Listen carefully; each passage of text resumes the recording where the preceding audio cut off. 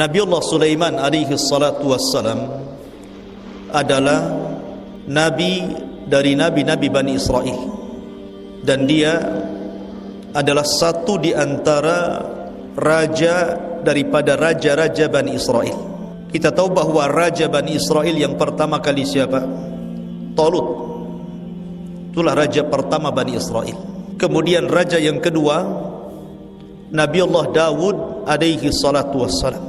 Dan raja yang ketiga, dan tidak ada raja setelahnya, adalah Nabiullah Sulaiman alaihi salatu wassalam. Inilah tiga raja Bani Israel, dan ketiga-tiganya Allah subhanahu wa ta'ala berikan keistimewaan. Tetapi Sulaiman Allah berikan keistimewaan melebihi ayahnya sendiri Dawud, dan melebihi para nabi yang lainnya. Lah Sulaiman ini memiliki keistimewaan dibandingkan bapaknya, di mana Allah lebihkan Sulaiman ini dalam bab hukum dan qada. Jadi Sulaiman itu kalau memutuskan sebuah perkara, maka keputusannya sangat adil dan bisa menyelesaikan perkara. Dan itu Allah lebihkan dibandingkan bapaknya. Saya akan ceritakan beberapa kisah. Di zaman Nabiullah Sulaiman alaihi salatu wassalam, pernah suatu ketika seseorang itu punya kambing. Kemudian kambingnya ini lepas dan memakan tumbuh-tumbuhan kebun orang lain. Padahal baru ditanam tuh tumbuh-tumbuhannya, dimakan sama kambing. Maka yang punya kebun ini tidak terima. Akhirnya kemudian datang kepada Nabiullah Dawud alaihi salatu wassalam, minta perkaranya diselesaikan. Ini bagaimana ini? Kambing dia sudah masuk ke kebun saya, kemudian memakan tumbuh-tumbuhan yang ada di tempat saya. Maka Nabiullah Dawud alaihi salatu wassalam memutuskan, tetapi putusannya kurang memuaskan. Akhirnya kemudian di waktu yang sama Nabiullah Sulaiman ada di situ.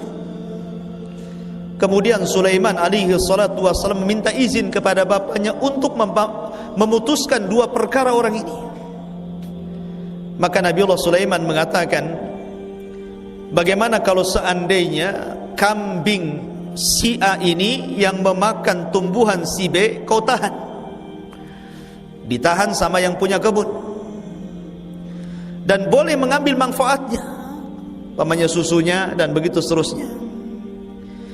Dan kewajiban si A yang memiliki kambing itu, maka dia harus mengembalikan kebunnya tadi, menanamnya kembali, kemudian menyiramnya kembali, sampai sebagaimana sedia kala sebelum kambing itu memakan tumbuhan itu.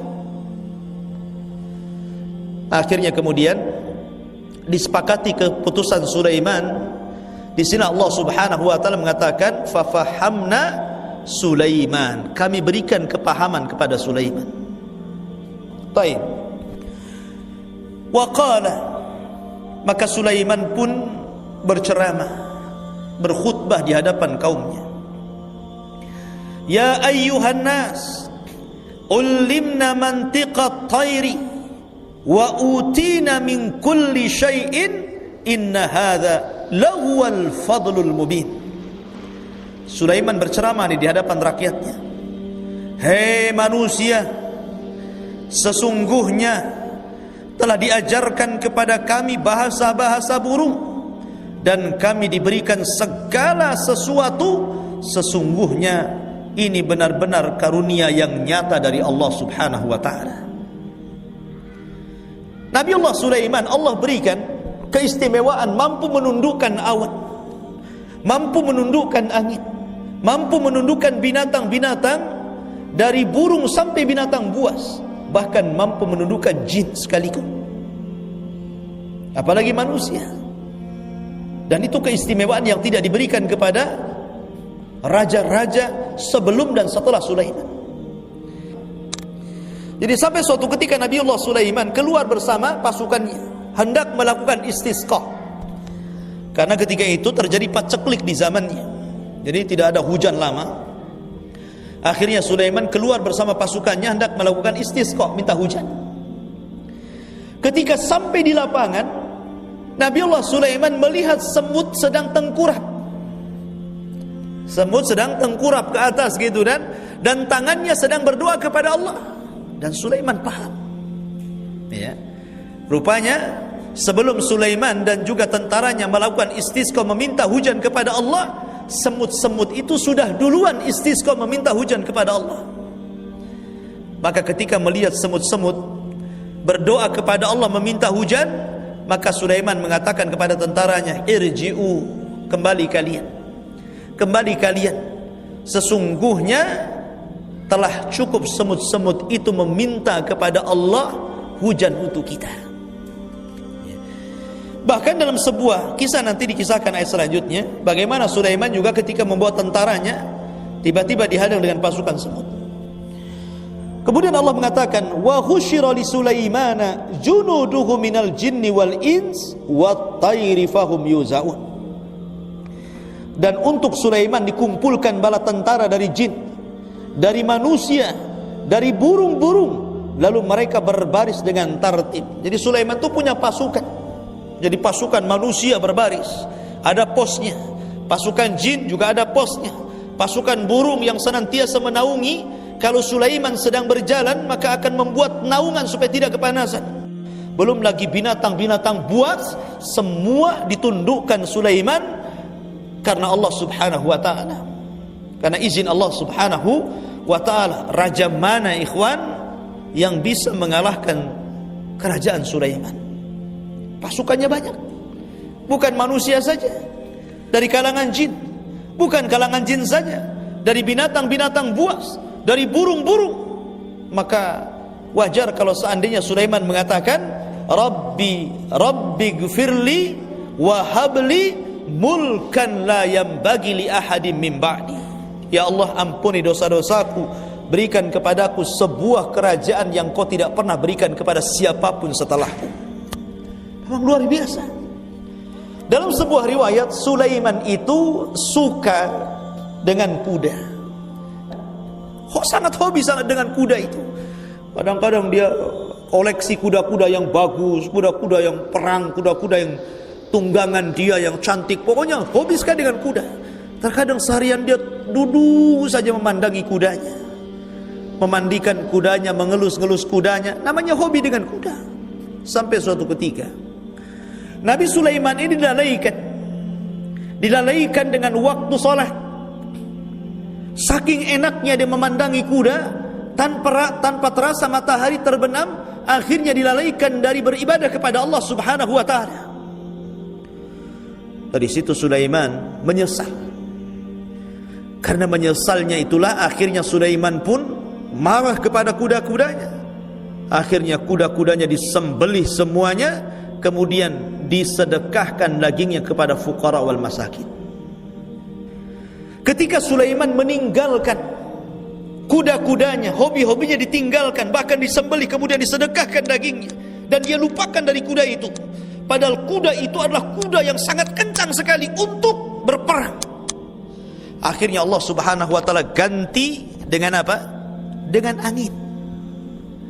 Ditundukkan angin kepada Sulaiman. Ma'asyiral muslimin yang dimuliakan Allah Subhanahu wa ta'ala. Kemudian Allah mengatakan, hatta idza atau ala wadin namli qalat namlatun ya ayyuhan namlu dkhulu masakinakum la yakhtimannakum Sulaiman wa junuduhu wa hum la yash'urun. Hingga ketika mereka sampai di lembah semut. Jadi pasukan Sulaiman sedang berjalan ke Asqalan masih dari Palestina. Kemudian di tengah jalan tiba-tiba Sulaiman mengatakan, berhenti kalian semuanya. Kaget pasukan, ada apa ini? Kemudian Sulaiman memperhatikan ke bawah.